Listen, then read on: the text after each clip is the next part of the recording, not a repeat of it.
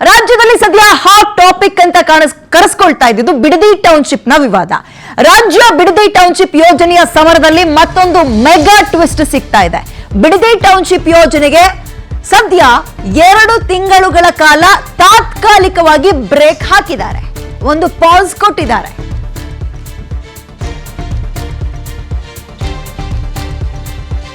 ಯಾಕೆ? ಟೌನ್ಶಿಪ್ ಸಾಧಕ ಮತ್ತು ಬಾಧಕಗಳ ಅಧ್ಯಯನಕ್ಕೆ ಅಂತ ಒಂದು ಸಮಿತಿ ರಚನೆ ಮಾಡ್ತಾರಂತೆ, ಒಂದು ತೀರ್ಮಾನ ಮಾಡಿದ್ದಾರೆ. ಸುದ್ದಿಗೋಷ್ಠಿಯಲ್ಲಿ ಸರ್ಕಾರದ ನಿರ್ಧಾರವನ್ನ ಇವತ್ತಿನ ಮಧ್ಯಾಹ್ನದ ಸುದ್ದಿಗೋಷ್ಠಿಯಲ್ಲಿ ಡಿಕೆ ಶಿವಕುಮಾರ್ ರಾಜ್ಯದ ಮುಖ್ಯಮಂತ್ರಿಗಳು ಪ್ರಸ್ತಾಪ ಮಾಡಿದ್ದಾರೆ. ಸಂಪುಟ ಸಭೆಯಲ್ಲಿ ಚರ್ಚೆ ಮಾಡಿ ಟೌನ್ಶಿಪ್ ಸಮಿತಿ ರಚನೆ ಮಾಡ್ತೀವಿ, ನಾಳಿನ ಸಂಪುಟ ಸಭೆಯಲ್ಲೇ ಚರ್ಚೆ ನಡೆಸಿ ಫೈನಲ್ ಡಿಸಿಷನ್ ಅನ್ನ ತಗೊಳ್ತೀವಿ ಅಂತ ಹೇಳಿದ್ದಾರೆ. ಸೊ ಈಗ 2 ತಿಂಗಳುಗಳ ಕಾಲ ತಾತ್ಕಾಲಿಕ ಬ್ರೇಕ್ ಬಿದ್ದಿದೆ. ಸುದ್ದಿಗೋಷ್ಠಿಯಲ್ಲಿ ಏನ್ ಮಾತಾಡಿದ್ರು ಡಿಕೆ ಶಿವಕುಮಾರ್ ಕೇಳೋಣ. ಇಲ್ಲಿ ಹೇಳ್ತಾ ಇದ್ದೀನಿ, ನಿಮ್ಮ ಆಸ್ತಿಗಳನ್ನ ನೀವು ಇಟ್ಕೊಳ್ಳಿ. ನಾನು ಇದಕ್ಕೆ ಒಂದು ಸಣ್ಣ ಸಮಿತಿಯನ್ನ ರಚನೆ ಮಾಡ್ತೀನಿ. ಒಂದು 2-3 ತಿಂಗಳಲ್ಲಿ ಶಾಸಕರು ಮಾಡಬೇಕು, ಇಲ್ಲ ಅಂತಂದ್ರೆ ಅಧಿಕಾರಿಗಳು ಮಾಡಬೇಕು, ಇಲ್ಲಾಂದ್ರೆ ಜಡ್ಜಸ್ ಯಾರು ಮಾಡಬೇಕು, ಇಲ್ಲ ರಿಟೈರ್ಡ್ ಜಡ್ಜ್ ಮಾಡಬೇಕು ಅನ್ನೋದನ್ನ ನಾನು ನನ್ನ ಸಂಪುಟದ ಸಭೆಯಲ್ಲಿ ನಾನು ಮುಂದಕ್ಕೆ ಚರ್ಚೆ ಮಾಡಿಬಿಟ್ಟು ನಾನು ತೀರ್ಮಾನವನ್ನು ಮಾಡ್ತೀನಿ. 1-2 ತಿಂಗಳು ಅವರು ರಿಪೋರ್ಟ್ ಕೊಡ್ಲಿ, ಆಮೇಲೆ ನಾನು I am not in a hurry. ಇದು ನಂದಲ್ಲ, ಇದು ನನಗೆ ಅವಶ್ಯಕತೆ ಇಲ್ಲ. ಇದು ಬಿಡದಿ ಸಮರದಲ್ಲಿ ಬಂಡೆ ವರ್ಸಸ್ ದಳಪತಿಯ ಸಮರ ಮುಂದುವರಿತಾ ಇದೆ.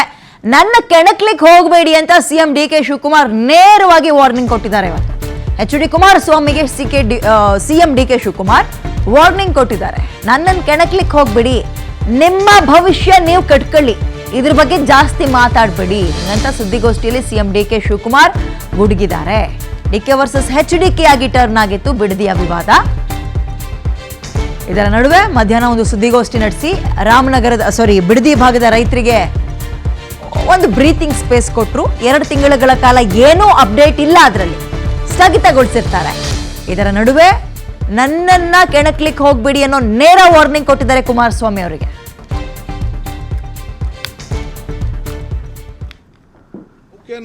ನಾನು ಯಾಕಪ್ಪ ಇದನ್ನ ಡಿನೋಟಿಫೈ ಮತ್ತೊಂದಕ್ಕೆಲ್ಲ ಯಾಕೆ ಹೋಗ್ಲಿ ನಾನು? ಓಕೆನೆ, ಎಷ್ಟೋ ಜನ ಈಗ 75% ಈಗ ಒಂದೇ ಹಳ್ಳಿಲಿ ಈಗ ಆಲ್ರೆಡಿ 75% ತೆಗೆದುಕೊಂಡಿದ್ದಾರೆ, ಕೆಲವು 50% ತೆಗೆದುಕೊಳ್ತಾರೆ. ಈ ನೋಟಿಫಿಕೇಶನ್ ಆದ್ಮೇಲೆ ಮುಂದಕ್ಕೆ ತಗೊಂಡು ಹೋಗ್ಬೋದು. ಕೆಲವು 60% ತಗೊಂಡಿದ್ದಾರೆ. ಅದನ್ನ ನಾನು ಬಿಟ್ಬಿಟ್ಟು ದುಡ್ಡು ಅವ್ರು ಇಸ್ಕೊಬಿಟ್ಟು ಆದ್ಮೇಲೆ ಕೊನೆಗೆ ವ್ಯವಸಾಯ ಮಾಡಕ್ ಬಿಡಕ್ಕಾಗ್ತದ? ಖಂಡಿತ ಟ್ರಾನ್ಸ್ಪರೆಂಟ್ ಆಗಿ ಎಲ್ಲ ಡಿಸ್ಕ್ಲೋಸ್ ಮಾಡ್ತೀವಿ. ರೈತರ ಸಮೇತ ಯಾರು ಎಷ್ಟೆಷ್ಟು ದುಡ್ಡು ತೆಗೆದುಕೊಂಡೋದ್ರು, ಮಾಲಕಿ ಎಷ್ಟು ತೆಗೆದುಕೊಂಡೋದ್ರು, ಏನ್ ತೆಗೆದುಕೊಂಡೋದ್ರು ಅಂತ ಎಲ್ಲ ಕಂಪ್ಲೀಟ್ ಇದೇನು ಯಾರು ಮುಚ್ಚಿಡಕ್ಕಾಗಲ್ಲ. ಪ್ರತಿಯೊಂದು including drone survey, lidar survey, ಬೇರೆ ಸರ್ವೆ ಎಲ್ಲ ಮಾಡಿಸ್ತೀವಿ. ಯಾರೆಲ್ಲ ಡಿಸ್ಕ್ಲೋಸ್ ಮಾಡ್ತೀವಿ. ಹೆಂಗೆ ಇದನ್ನ ಯಾವ್ದು ಮುಚ್ಚುವ, ನಿಮ್ಗೂ ಏನ್ ಬೇಕಾದ್ರೂ ದಾಖಲೆಗಳು ನೀವು ಕೂಡ ಕೇಳ್ಕೋಬಹುದು, ನಾವು ಡಿಸ್ಕ್ಲೋಸ್ ಮಾಡ್ತೀವಿ. ನೋಡಿ, ಅವಕ್ಕೆಲ್ಲ ನಾನು ಉತ್ತರ ಕೊಡಕ್ ಹೋಗಕ್ ಇಷ್ಟ ಇಲ್ಲ. ಅವರು ನಿಮ್ ಕೈಲಿ 2006 ಮಾಡಿದ್, ನೀವು ಮಾಡಿದ್ದು ಇದು. ನಮ್ಗೇನು ಅವಶ್ಯಕತೆ ಇಲ್ಲ. ನೀವು ಯಾರು ಕೊಟ್ಟಿದ್ದಾಗ, ನಿಮ್ ಯಾವ ಹೈಕಮಾಂಡ್ ನೀವು ಕೊಟ್ಟಿದ್ರಿ? ಪಟ್ಟಿ ಬೇಕಾ? ಎಲ್ಲೆಲ್ಲಿತ್ತು, ಬಂದಾಗಿಂದ ಹಿಡಿದು ಯಾವ ವರ್ಷದಲ್ಲಿ ಏನೇನಾಯ್ತು, ಎಲ್ಲಿ ಜಮೀನು ತಗೊಂಡ್ರು, ಎಷ್ಟಕ್ಕೆ ಏನಾಯ್ತು ಅಂತ ಎಲ್ಲ ಅದೆಲ್ಲ ನನಗೆ ದಯವಿಟ್ಟು ನನ್ನ ಕೆಣಕಕ್ಕೆ ಹೋಗಬೇಡಿ ಅಷ್ಟೇ. ನಾನು ಐ ಆಮ್ ಟೆಲಿಂಗ್ ಯು. ಮುಂದುವರೆದಂತೆ ನನ್ನನ್ನ ಜೈಲಿಗೆ ಕಳಿಸೋ ಹುನ್ನಾರ ನಡೀತಾ ಇದೆ ಡಿಕೆ ಶಿವಕುಮಾರ್ ಅವರ ಆರೋಪ. ರಾಜ್ಯದ ಜನ ನನ್ನ ಮೇಲೆ ತೋರಿಸ್ತಾ ಇರುವಂತಹ ಪ್ರೀತಿಯನ್ನ ಸಹಿಸಿಕೊಳ್ಳೋಕ್ ಆಗ್ತಾ ಇಲ್ಲ ಇವರಿಗೆ. ಹೀಗಂತ ಕೇಂದ್ರ ಸಚಿವ ಕುಮಾರಸ್ವಾಮಿ ವಿರುದ್ಧ ಡಿಕೆ ಶಿವಕುಮಾರ್ ಕೆಂಡಾಮಂಡಲರಾಗಿದ್ದಾರೆ. 1, ನನ್ನನ್ನು ಕೆಣಕ್ಲಿಕ್ಕೆ ಹೋಗಬೇಡಿ. 2ನೇದು, ನಿಮ್ ಭವಿಷ್ಯ ನೀವು ನೋಡ್ಕೊಳ್ಳಿ. 3ನೇದು ಮತ್ತೊಂದು ಗಂಭೀರ ಆರೋಪ, ನನ್ನನ್ನ ಜೈಲಿಗೆ ಕಳಿಸೋ ಹುನ್ನಾರ ನಡೀತಾ ಇದೆ ಅಂತ. ಜೊತೆಗೆ ರಾಜ್ಯದ ಜನ ನನ್ನ ಮೇಲೆ ತೋರಿಸ್ತಾ ಇರೋ ಪ್ರೀತಿ ಸಹಿಸ್ಕೊಳಕ್ ಆಗ್ತಾ ಇಲ್ಲ ಅವ್ರಿಗೆ, ಹಾಗಾಗಿ ಈ ರೀತಿಯ ಅಜೆಂಡಾಗಳನ್ನ ಪ್ರಯೋಗ ಮಾಡ್ತಾ ಇದ್ದಾರೆ ಅಂತ ಆರೋಪ ಅವ್ರದ್ದು. ನಿಮ್ಗೇನೋ ಆಸೆ ಇದ್ರೆ ನನ್ನ ಮೇಲೆ ಏನ್ ಬೇಕಾದ್ರೂ ನಿಮ್ ಪ್ರಯೋಗಗಳು ಮಾಡ್ಲಿ. ಏನೇನ್ ಬೇಕು ಪ್ರಯೋಗ ನಡೀತಾ ಇದೆ. ಕೇಸು, ಲಾಯರು, ಕೌಂಟರ್ ಕೇಸು, ಮತ್ತೊಂದು ಜೈಲಿಗೆ ಕಳಿಸುವಂತ ಸಮೀಪ ಬರ್ತಾ ಇದೆ. ರೆಡಿ ಇದೀನಿ ಕುಮಾರಣ್ಣ, ಯು ಆರ್ ಮೈ ಬ್ರದರ್. ನೀನು ನನಗೆ ಜೈಲ್ ಕಳಿಸ್ಬೇಕು ಅಂತ ಆಯ್ತು, ನೀನು ಆಶೀರ್ವಾದ ಮಾಡು. ಕೃಷ್ಣ ಜನ್ಮಸ್ಥಳದಲ್ಲೂ ನಾನು ನೀನು ಕೂಡ ಬಂದು ನಾನು ಭೇಟಿ ಮಾಡಿದ್ದೆ. DK's cautions against force acquisition, ನಾನು ಲ್ಯಾಂಡಿಲ್ ಅಂತೆ. You will be in jail for his misdeeds. I welcome you. You have good advocates. ನಿಮ್ಮದು ನಿಮ್ಮ ದೊಡ್ಡ ಕಮ್ಮನ, ಇನ್ನೊಬ್ಬ ದೊಡ್ಡಣ್ಣ ಎಲ್ಲ ನನಗೆ ಅರ್ಥ ಇದೆ, ನನಗೆಲ್ಲ ಪಾಪ ಗೊತ್ತಿದೆ. ನಿಮ್ಮ ಪ್ರಯತ್ನ, ನಿಮ್ಮ ಹೋರಾಟ, ನಿಮ್ಮ ಶ್ರಮ ಏನು ಬೇರೆ ಬೇರೆ ನಾಯಕರುಗಳು ಯಾರು ಬೆಳಿಬಾರ್ದು ಅಂತ ಹೇಳಿ ನಿಮ್ದೇನು ಇದೆಯಲ್ಲ ಎಲ್ಲ ನನಗೆ ಅರಿವಿದೆ. ಆದರೆ ನಿಮ್ಮ ಹಿರಿತನಕ್ಕೆ ನಾನು ನಿಮ್ಮ ನಮಸ್ಕಾರ ಹೇಳಬೇಕಾದ ನನ್ನ ಧರ್ಮ. ಸೊ ಅದನ್ನು ನಾನು ಗೌರವವನ್ನು ಕೊಡೋದನ್ನ ನೀವು ಸ್ವೀಕಾರ ಮಾಡೋಕ್ಕೆ ಆಗಲಿಲ್ಲ ಅಂದರೆ ಅದು ನಿಮ್ಮ ಪಾಡು, ನಿಮ್ ಬಿಟ್ಟಿದ್ದು. ಆದರೆ ನಾನು ಯಾರಿಗೂ ಕೂಡ ಕೆಟ್ಟದನ್ನು ಬಯಸೋನಲ್ಲ, ನಿಮಗೂ ಕೂಡ ಕೆಟ್ಟದನ್ನು ಬಯಸುವುದಿಲ್ಲ. ನನಗೇನು ನೀವು ಜೈಲಿಗೆ ಕಳಿಸ್ಬೇಕು ಅಂತ ತಾವು ಸಂಕಲ್ಪ ಮಾಡಿದ್ದೀರಿ, ಬೇಕಾದ್ರೆ ಮುಂದುವರಿರಿ. ಆ ಜೈಲಿಗೆ ಹೋಗಿ ಬಂದೇ ಈ ರಾಜ್ಯದ ಮುಖ್ಯಮಂತ್ರಿ ಆಗಿ ನಾ ಇಲ್ಲಿ ಕೂತಿದ್ದೀನಿ.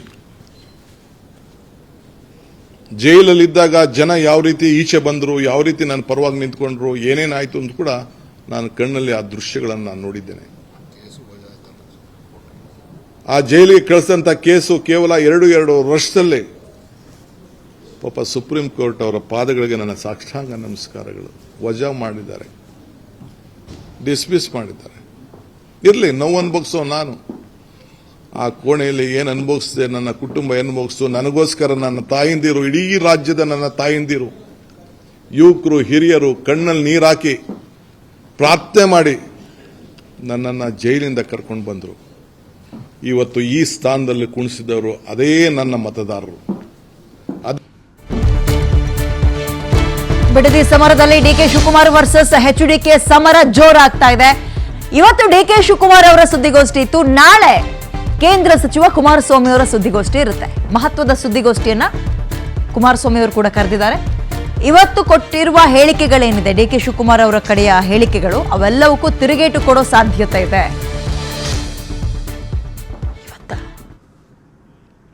ಎಷ್ಟು ಗಂಟೆಗೆ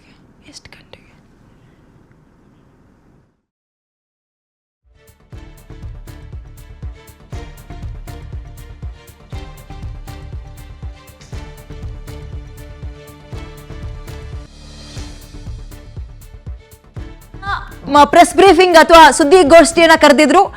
ಅದೆಲ್ಲದಕ್ಕೂ ಕೌಂಟರ್ ಕೊಡಕ್ಕೆ ಕುಮಾರಸ್ವಾಮಿ ಅವರು ಕೂಡ ಸುದ್ದಿಗೋಷ್ಠಿ ಕರೆದಿದ್ದಾರೆ. ಇವತ್ತೇ ಕರೆದಿದ್ದಾರಂತೆ. ಹಾಗಾದ್ರೆ ಇವರ ಪ್ರತ್ಯುತ್ತರಗಳು ಏನಾಗಿರುತ್ತೆ? ಇದೆಲ್ಲದರ ನಡುವೆ ಬಿಡದಿಯ ರೈತರಿಗೆ ಒಂದು ದೊಡ್ಡ ಬ್ರೀತಿಂಗ್ ಸ್ಪೇಸ್ ಸಿಕ್ಕಿದೆ. ಅನ್ನ ಕೊಡೋ ಕೈ ಕಲ್ಲು ಪೊರ್ಕೆ ಇಟ್ಕೊಳ್ತು, ಅದಾದ್ಮೇಲೆ ಕೊಲೆ ಯತ್ನದ ಕೇಸ್ಗಳನ್ನ ಕೆಲವರು ಹಾಕಿಸ್ಕೊಂಡ್ರು. ಇಷ್ಟು ದೊಡ್ಡ ಹೋರಾಟವನ್ನ ಮಾಡಬೇಕಾಯ್ತು. ಇದೊಂದು ಬ್ರೀತಿಂಗ್ ಸ್ಪೇಸ್ ತಗೊಳಕ್ಕೆ ಬಿಡದಿ ಭಾಗದ ರೈತರು. ಇದರ ನಡುವೆ ಈಗ 2 ತಿಂಗಳು ಗ್ಯಾಪ್ ಏನು ಕೊಟ್ಟಿದ್ದಾರೆ, ಮುಂದಕ್ಕೆ ಏನಾಗುತ್ತೆ ಗೊತ್ತಿಲ್ಲ. ಒಂದು ಸಮಿತಿಯನ್ನು ರಚನೆ ಮಾಡ್ತಾರೆ. ಎಷ್ಟು ಜನ ಈಗ ಆಲ್ರೆಡಿ ಕೊಟ್ಟಿದ್ದಾರೆ, ಹಣವನ್ನು ಇಸ್ಕೊಂಡಿದ್ದಾರೆ, ಎಷ್ಟೆಷ್ಟು ಇಸ್ಕೊಂಡಿದ್ದಾರೆ, ಯಾವ್ಯಾವ ಹಳ್ಳಿಯಲ್ಲಿ ಎಷ್ಟೆಷ್ಟು ಎಕರೆಗಳನ್ನು ಈಗ ಆಲ್ರೆಡಿ ಒತ್ತುವರಿ ಮಾಡ್ಕೊಂಡಿದ್ದಾರೆ, ಈ ಸಮಿತಿ ಲೆಕ್ಕ ಕೊಡುತ್ತೆ. ಯಾಕಂದ್ರೆ ಇಲ್ಲಿ ತನಕ ಅವ್ರು ಹೇಳ್ತಾ ಇದ್ದಿದ್ದು 80% ರೈತರು ಒಪ್ಕೊಂಡಿದ್ದಾರೆ, 20% ರೈತರು ಬಿಲ್ಕುಲ್ ಕೊಡೋಕೆ ಒಪ್ಕೋತಾ ಇಲ್ಲ. ಅವರನ್ನ ಮನವೊಲಿಸುವ ಕೆಲಸವನ್ನ ಮಾಡ್ತಾ ಇದೀವಿ ಅಂತ ಸರ್ಕಾರದ ಕಡೆಯಿಂದ ಬರ್ತಾ ಇದ್ದ ಮಾತಿದು. ಸೊ ಆ ಸಮಿತಿ ಹೇಳುತ್ತೆ ಎಕ್ಸಾಕ್ಟ್ ರೇಟ್, ಒಂದು ಆ ನಂಬರ್ಸ್ ಏನು, ಆ ರೇಷಿಯೋ ಏನಿತ್ತು, ಎಷ್ಟು ಜನ ಒಪ್ಪಿದ್ರು ಅದನ್ನು ಹೇಳ್ತಾರೆ. ಸೊ ಕಂಪ್ಲೀಟ್ ಆಗಿ ಈಗ JDS ಇದರ ಲಾಭ ಪಡೆದುಕೊಳ್ಳಕ್ಕೆ ಪ್ಲಾನ್ ಅನ್ನಂತೂ ಮಾಡುತ್ತೆ.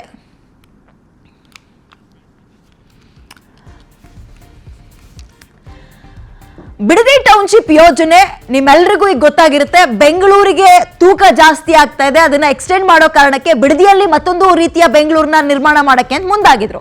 ಈ ಯೋಜನೆಯಲ್ಲಿ ಪರ ವಿರೋಧದ ಸಮರ ಕಳೆದ 1.5 ವರ್ಷಗಳಿಂದಲೂ ನಡೀತಾ ಇತ್ತು. ಕಳೆದ 2 ತಿಂಗಳಿಂದ ವಿಪರೀತ ಒಂದು ದೊಡ್ಡ ಹಂತಕ್ಕೆ ಹೋಗಿತ್ತು.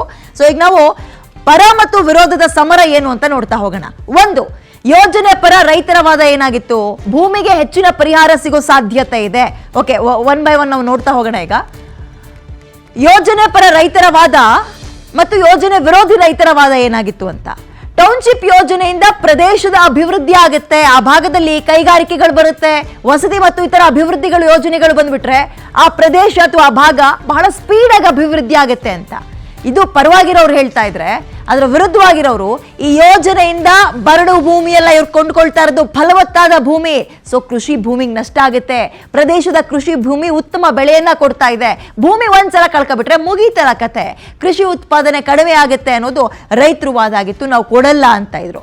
2ನೇ ಅಂಶ, ಕೈಗಾರಿಕೆಗಳು ಇಲ್ಲಿ ಸ್ಥಾಪನೆ ಆದ್ರೆ, ಅಂದ್ರೆ ಟೌನ್ಶಿಪ್ ಬಂದ್ರೆ ಬಿಡದಿ ಭಾಗದಲ್ಲಿ ಅಲ್ಲಿನ ಸ್ಥಳೀಯ ಯುವಕರಿಗೆ ಉದ್ಯೋಗ ಸೃಷ್ಟಿಯಾಗತ್ತೆ, ಕೃಷಿಯ ಮೇಲೆ ಮಾತ್ರ ಅವಲಂಬಿತರಾಗಿದ್ದಾರೆ ಇಲ್ಲಿ ತನಕ. ಬಟ್ ಅದನ್ನೂ ಹೊರತುಪಡಿಸಿ ಬೇರೆ ಬೇರೆ ಉದ್ಯೋಗಗಳನ್ನ ಪಡೆದುಕೊಳ್ಳುವ ಅವಕಾಶಗಳು ಹೆಚ್ಚಾಗುತ್ತೆ ಈ ಟೌನ್ಶಿಪ್ ತಂದ್ರೆ ಅಂತ ಇವರು ವಾದವನ್ನ ಇಟ್ಟಿದ್ರು. ಅದಕ್ಕೆ ಕೃಷಿ ಅವಲಂಬಿತ ರೈತರ ಜೀವನೋಪಾಯಕ್ಕೆ ಹೊಡೆತ ಬೀಳುತ್ತಲ್ಲ, ರೈತರೇ ಇರಲ್ವಲ್ಲ ಅಲ್ಲಿ. ರೈತರು ಕೃಷಿಯನ್ನೇ ಅವಲಂಬಿಸ್ಕೊಂಡು ಇಲ್ಲಿ ತನಕ ಜೀವನವನ್ನು ನಡೆಸ್ತಾ ಇದ್ದಾರೆ. ಒಂದ್ಸಲ ಭೂಮಿ ಕಳ್ಕೊಂಡ್ರೆ ಶಾಶ್ವತ ಆದಾಯದ ಮೂಲವೇ ಹೋಗ್ಬಿಡುತ್ತೆ, ಇಲ್ದಂಗ ಆಗ್ಬಿಡುತ್ತೆ. ಅವಾಗ ಏನ್ ಮಾಡೋದು? ಎಕರೆಗೆ 2 ಕೋಟಿ ಇಸ್ಕೊಂಡು ಖಾಲಿ ಮಾಡ್ಕೊಬಿಟ್ರೆ ಮುಂದಕ್ಕೇನು? ರೈತರ ಮಕ್ಕಳು ಜೀವನ ಹೆಂಗೆ? ಈಗಲೇ ರೈತರಿಗೆ ಹೆಣ್ ಕೊಡಲ್ಲ ಅಂತಾರೆ, ಇರೋ ಭೂಮಿನೂ ಕಳ್ಕೊಬಿಟ್ರೆ ತಿರ್ಗೂ ನೋಡಲ್ಲ. ಉದ್ಯೋಗ ಇರಲಿ, ಶಾಶ್ವತ ಉದ್ಯೋಗವನ್ನೇ ಕಳ್ಕೊಳ್ತೀವಲ್ಲ ಅನ್ನುವಂಥದ್ದು ಇವ್ರ ವಾದ ಆಗಿತ್ತು. ಮೂರನೇದು, ಭೂಮಿಗೆ ಹೆಚ್ಚಿನ ಪರಿಹಾರ ಸಿಗುವ ಸಾಧ್ಯತೆ ಇದೆ ಅಥವಾ ಕಂಪನಿಗಳು ಮಾರುಕಟ್ಟೆ ದರಕ್ಕಿಂತ ಹೆಚ್ಚು ಪರಿಹಾರ ಕೊಟ್ರೆ ರೈತರು ಆರ್ಥಿಕವಾಗಿ ಲಾಭ ಪಡ್ಕೋಬಹುದು ಅಂತ ಕೆಲವರು ಅಭಿಪ್ರಾಯ ವ್ಯಕ್ತಪಡಿಸ್ತಾ ಇದ್ರು. ಅಂದ್ರೆ ಈಗೇನು 2 ಕೋಟಿ 20 ಲಕ್ಷ ಎಕರೆಗೆ ಅಂತ ಮಾತಾಡಿದ್ರಲ್ಲ, ಅದನ್ನು ಹೊರತುಪಡಿಸಿ ಮಾವಿನ ಮರಕ್ಕಿಷ್ಟು, ಹಲಸಿನ ಮರಕ್ಕಿಷ್ಟು, ಬಾಳೆ ಗಿಡಕ್ಕಿಷ್ಟು, ಅಡಿಕೆ ಮರಕ್ಕಿಷ್ಟು, ಹಿಂಗೆಲ್ಲ ಒಂದು ತಯಾರಿಗಳಾಗಿತ್ತು. ಬಟ್ ಕಂಪನಿಗಳ ಜೊತೆಗೆ ಮಾತಾಡಿ ಇನ್ನೂ ಹೆಚ್ಚಿನದಾಗಿ ಅದನ್ನ ಭರಿಸ್ಕೊಟ್ರೆ, ಆ ಭೂಮಿಯ ಬೆಲೆ ಎಷ್ಟಿದೆ ಅದಕ್ಕಿಂತ ಹೆಚ್ಚಿನದಾಗಿ ತಂದುಕೊಟ್ರೆ ರೈತರಿಗೆ ಆರ್ಥಿಕವಾಗಿ ಲಾಭ ಸಿಗುತ್ತಲ್ಲ ಅನ್ನುವಂಥದ್ದು ಕೆಲವರು ವಾದ ಆಗಿತ್ತು. ಅದಕ್ಕೆ ತದ್ವಿರುದ್ಧ ವಾದ ಏನಿತ್ತು, ಸರ್ಕಾರದಿಂದ ಪರಿಹಾರ ಏನು ಸಿಗ್ತಾ ಇದೆ ಅದು ಸಾಕಾಗಲ್ಲ. ಒಂದ್ಸಲ ದೊರೆಯುವಂತಹ ಪರಿಹಾರದ ಹಣ ಕೆಲ ದಿನಗಳಲ್ಲಿ, ಕೆಲ ವರ್ಷಗಳಲ್ಲಿ ಖಾಲಿಯಾಗಿ ಹೋಗ್ಬಿಡುತ್ತೆ. ಆದರೆ ಭೂಮಿ ಇದ್ರೆ ತಲೆಮಾರುಗಳ ತನಕ ಆದಾಯ ನೀಡುತ್ತೆ ಅಂತ. ಓಕೆ, ಡಿ ಕೆ ಶಿವಕುಮಾರ್ ಆರೋಪಗಳಿಗೆ ಕೇಂದ್ರ ಸಚಿವ ಕುಮಾರಸ್ವಾಮಿ ಸುದ್ದಿಗೋಷ್ಠಿಯಲ್ಲಿ ಕೌಂಟರ್ ಕೊಡ್ತಾ ಇದ್ದಾರೆ. ಈ ಬಿಡದಿ ಟೌನ್ಶಿಪ್ ಬಗ್ಗೆ ಹೇಳ್ತೀವಿ, ಅದಕ್ಕಿಂತ ಮುಂಚೆ ಸಿಎಂ ಆರೋಪಕ್ಕೆ ಕುಮಾರಸ್ವಾಮಿ ಕೌಂಟರ್ ಅಟ್ಯಾಕ್ ಕೊಡ್ತಾ ಇದ್ದಾರೆ. 5 ಟೌನ್ಶಿಪ್ ಮಾಡೋಕೆ ನಾನು ತೀರ್ಮಾನ ಮಾಡಿದ್ದು ನಿಜ. ನನ್ನ ಕಾಲದಲ್ಲೇ ಇದೆಲ್ಲವೂ ಪ್ಲಾನ್ ಆಗಿತ್ತು. ಕೇಂದ್ರ 2005ರಲ್ಲಿ SEZ ಕಾಯ್ದೆಯನ್ನ ತಂದಿತ್ತು. ಇದಕ್ಕೆ ಪ್ರಸ್ತಾವನೆ ಸಲ್ಲಿಸೋಕು ಕೂಡ ಕೇಂದ್ರ ಹೇಳಿತ್ತು. ನಾನೇ ತಂದಿದ್ದು ನಿಜ. ಮುಂದುವರೆದಂತೆ ಏನೇನು ಹೇಳಿದ್ದಾರೆ ಕುಮಾರಸ್ವಾಮಿ ಅನ್ನುವಂಥದ್ದನ್ನ ನೋಡ್ತಾ ಹೋಗೋಣ. ಡಿ ಕೆ ಶಿವಕುಮಾರ್ ಆರೋಪಗಳಿಗೆ ಕೇಂದ್ರ ಸಚಿವ ಕುಮಾರಸ್ವಾಮಿ ಸುದ್ದಿಗೋಷ್ಠಿಯನ್ನ ನಡೆಸ್ತಾ ಇದ್ದಾರೆ.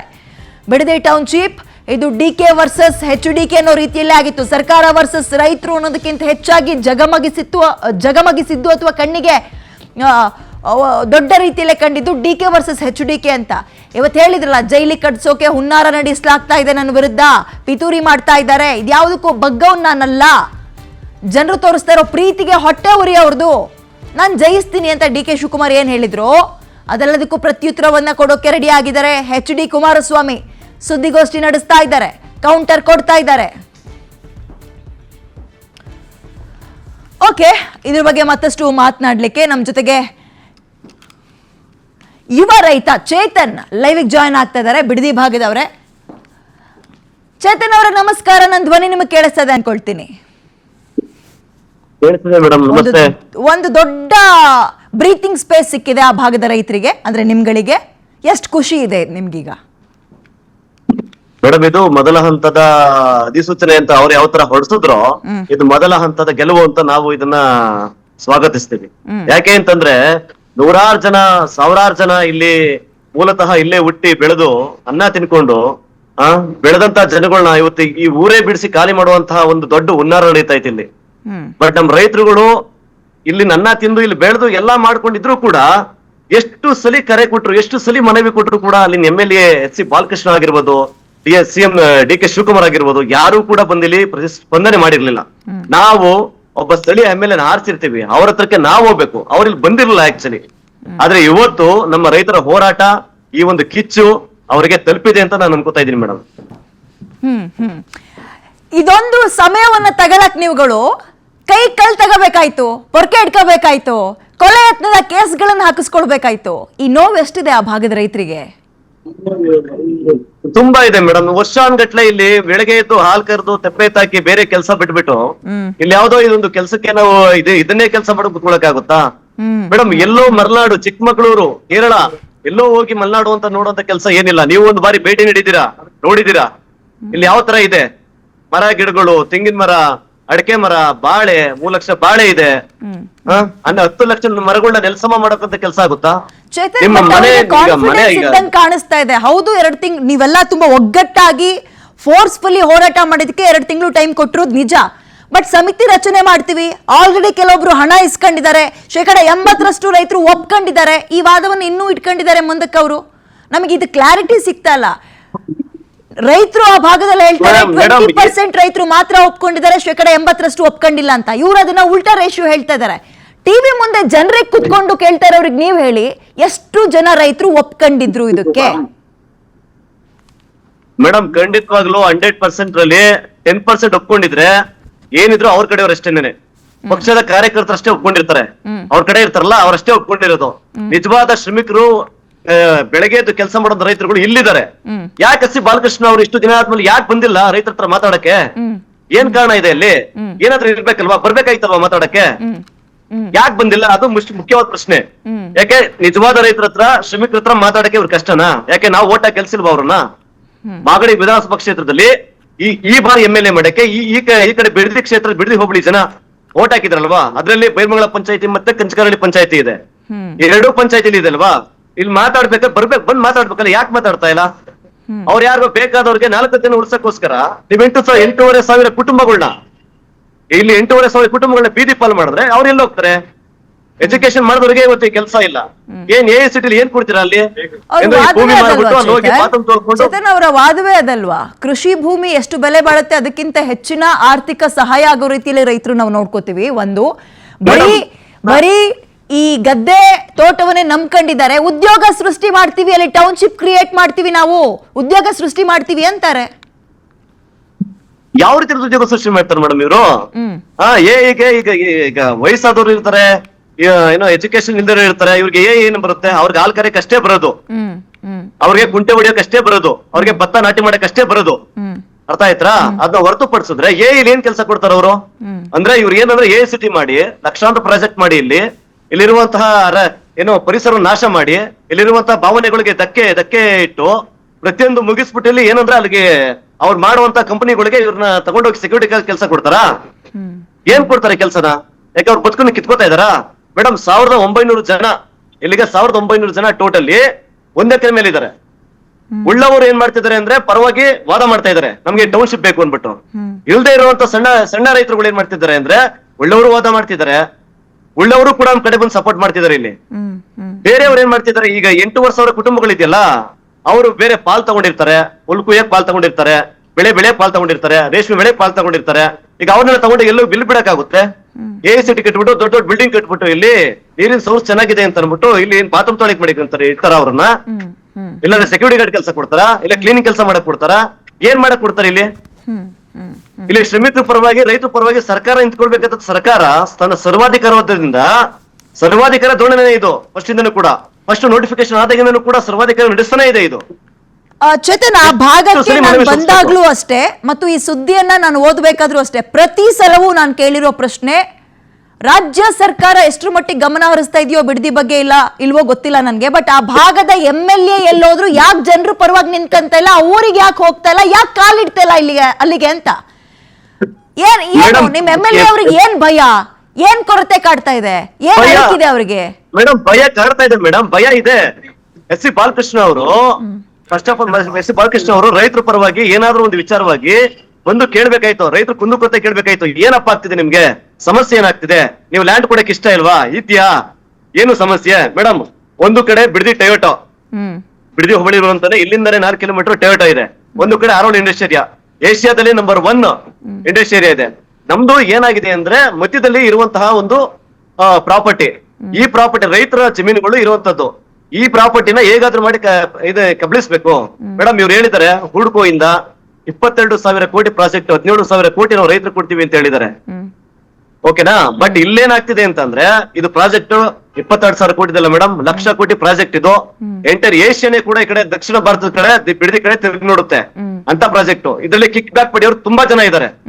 ಬಟ್ ಇಲ್ಲಿ ಸಣ್ಣ ರೈತರಿಗಾಗ್ಲಿ ಯಾವ್ದು ಶ್ರಮಿಕರಿಗಾಗ್ಲಿ ಯಾರು ಎಲ್ಲೋ ಬೇರೆ ಕಡೆ ಜಮೀನುಗಳು ಪಾಲ್ ಮಾಡ್ಕೊಂಡಿರ್ತಾರೆ, ಅವ್ರಿಗಾಗ್ಲಿ ಅವ್ರ ಪ್ರಕಾರ ಯಾರನ್ನೂ ಕೂಡ ಪರಿಗಣನೆ ತಗೋತಾನೆ ಇಲ್ಲ. ಇಲ್ಲಿ ಚೇತನ್ ಅವರೇ, ಮುಂದಕ್ಕೇನು ಇವಾಗ 2 ತಿಂಗಳು ಟೈಮ್ ಕೊಟ್ಟಿದ್ದಾರೆ ಅಂದ್ರೆ ಹೋರಾಟವನ್ನ ಸದ್ಯಕ್ಕೆ ಅಥವಾ ತಾತ್ಕಾಲಿಕವಾಗಿ ಕೈ ಬಿಟ್ಟಿರ್ತೀರಾ ನೀವುನು, ಅಥವಾ ಏನು ನಿಮ್ಮ ಆಗ್ರಹ ಏನು ಆ ಭಾಗದವ್ರದ್ದು? ಮೇಡಮ್ ನಾವು ಯಾವುದೇ ಕಾರಣಕ್ಕೂ ತಾತ್ಕಾಲಿಕ ಕೈ ಬಿಡುವಂತ ಕೆಲಸ ಇಲ್ಲ. ಪ್ರತಿ ಮನೆಗೂ ಹೋಗ್ತೀವಿ, ಪ್ರತಿ ಯಾರು ಕೂಡ ಜಮೀನ್ ಕೂಡ ಅರಿವು ಮೂಡಿಸ್ತೀವಿ. ಯಾಕೆ ಅಂತಂದ್ರೆ ಕೆಲವರೆಲ್ಲ ಹೆದರ್ಕೊಂಡು ಮನೇಲಿದ್ದಾರೆ ಮೇಡಮ್, ಇವತ್ತು ಜೀವ ಬೆದರಿಕೆಯಲ್ಲಿ ಮನೇಲಿದ್ದಾರೆ. ಎಲ್ಲಿ ಏನ್ ಮಾಡ್ತಾರೆ ಏನ್ ಕತೆ ಅನ್ನೋ ಲೆಕ್ಕಾಚಾರಕ್ಕೆ ಯಾವುದೇ ಕಾರಣಕ್ಕೂ ನಾವು ಬಿಡಲ್ಲ. ಮನೆಗೂ ಹೋಗ್ತೀವಿ ನಾವು, ಮನೆಗೂ ಹೋಗಿ ಮನೆಗೂ ಹೇಳ್ಕೊ ಬರ್ತೀವಿ, ಹೀಗಿದೆ ಹಿಂಗಿದೆ ಅಂತ ಅನ್ಬಿಟ್ಟು. ಯಾವುದೇ ಕಾರಣಕ್ಕೂ ಜಮೀನ್ ಕೊಡ್ಬೇಡಿ ನೀವು ಅಂತ. ಜಮೀನ ಎಲ್ಲೋ ಮಾಡಿ ಎಲ್ಲೋ ಬಿಟ್ಬಿಟ್ಟು ಇವ್ರು ಕೊಡುವಂತ 2 ಕೋಟಿ ತಗೊಂಡು ಮಂಡ್ಯ ಕಡೆಯಿಂದ ಚಾಮರಾಜನಗರ ಕಡೆಯಿಂದ ತಗೊಂಡು ಇಲ್ಲಿಂದ ಹೋಗಿ ನೀರ್ ಕಟ್ಟಕ್ಕಾಗುತ್ತಾ? ಇಲ್ಲಿಂದ ಹೋಗಿ ಕಡ ತಿಮ್ಮಕ್ಕಾಗುತ್ತಾ? ಅಲ್ಲಿ ಇಲ್ಲಿಂದ ಹೋಗಿ ಜೋಳ ಹಾಕಕ್ಕಾಗುತ್ತಾ? ಏನ್ ಲಾಜಿಕ್ ಇಲ್ಲದೆ ಈ MLA ಬಾಲಕೃಷ್ಣ ಅವರಾಗ್ಲಿ DK ಶಿವಕುಮಾರ್ ಅವರು ಏನ್ ಮಾಡ್ಬೇಕು ಅಂತ ಹೊಟ್ಟಿದ್ದಾರೆ ಅಂತ ಗೊತ್ತಿಲ್ಲ ಇಲ್ಲಿ. ಇದೇ ನಿಮ್ ಬಾಲಕೃಷ್ಣ ಅವರು ಅಧಿಕಾರದಲ್ಲಿ ಇಲ್ದಾಗ ಅಥವಾ ಸೋತಾಗ ಅವ್ರು ಹೇಳಿರುವಂತಹ ಮಾತು ಇವತ್ತಿಗೂ ವಿಡಿಯೋಗಳು ವೈರಲ್ ಆಗ್ತದೆ, 1 ಅಡಿ ಭೂಮಿನೂ ಕೊಡಬೇಡಿ ಅಂತ.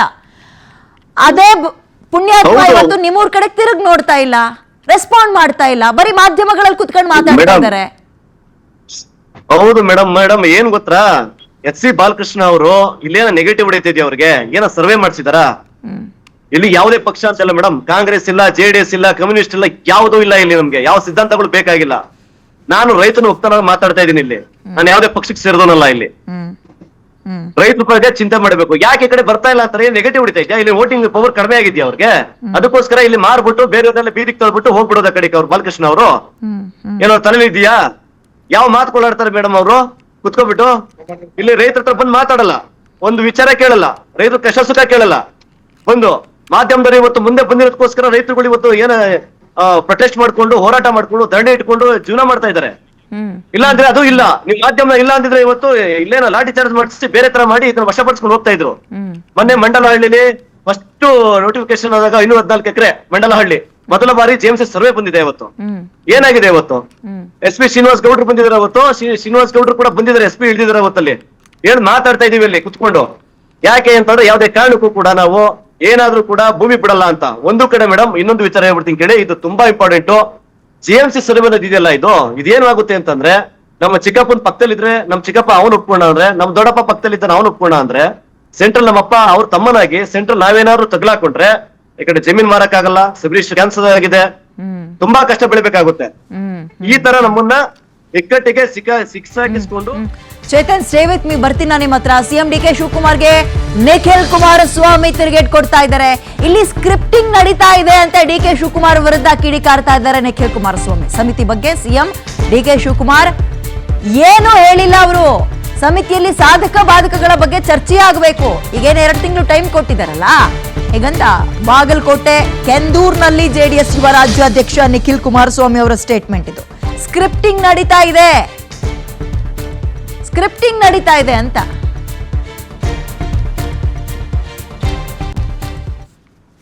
ಭಾಳ ಜನ ನಟರು ಒಳಗಡೆ ಇದ್ದಾರೆ. ಇಲ್ಲಿ ಸ್ಕ್ರಿಪ್ಟ್ ಬರೆಯೋರು ಇದ್ದಾರೆ, ಡೈರೆಕ್ಟರ್ಗಳಿದ್ದಾರೆ, ಪ್ರೊಡ್ಯೂಸರ್ಗಳಿದ್ದಾರೆ. ಇಲ್ಲಿ ಅವಾಗ ಬಂದು ನಟನೆ ಮಾಡಿ ಆಚೆ ಕಡೆ ಹೋಗ್ತಾ ಇರ್ತಾರೆ ಅಷ್ಟೇ ಇವರೆಲ್ಲ. ಈಗ ಹೇಳಿದ್ನಲ್ಲ, ಈಗ ರಿವ್ಯೂ ಕಮಿಟಿ ಮಾಡ್ತೀವಿ ಅಂದಮೇಲೆ ಮತ್ತೆ ಹಾಕೋದು ಸೂಚನೆ ಅದು ಯಾವುದು ಮುಖ್ಯಮಂತ್ರಿಗಳು ಹೇಳಿಲ್ಲ. ಮಾನ್ಯ ಮುಖ್ಯಮಂತ್ರಿಗಳು ಕಮಿಟಿನಲ್ಲಿ ಯಾರು ಇರ್ತಾರೆ ಅಂತಕ್ಕಂಥದ್ರ ಬಗ್ಗೆ ಇನ್ನೂ ಏನು ಹೇಳಿಲ್ಲ. ಇರ್ಬೇಕಂತ ವಿಚಾರ ಮಾಡ್ತೀವಿ ಅಂತ ಹೇಳಿದ್ರೆ ಅದಕ್ಕೆ ತಾವೇನಾದ್ರು ಹೇಳುವಂತ ನೋಡೋಣ. ವಿಚಾರ ಅವ್ರು ಮಾಡ್ತೀನಿ ಅಂದಿದಾರಲ್ಲ. ಈಗ ಮೊನ್ನೆ ಅದೇನೋ ಕಾಟ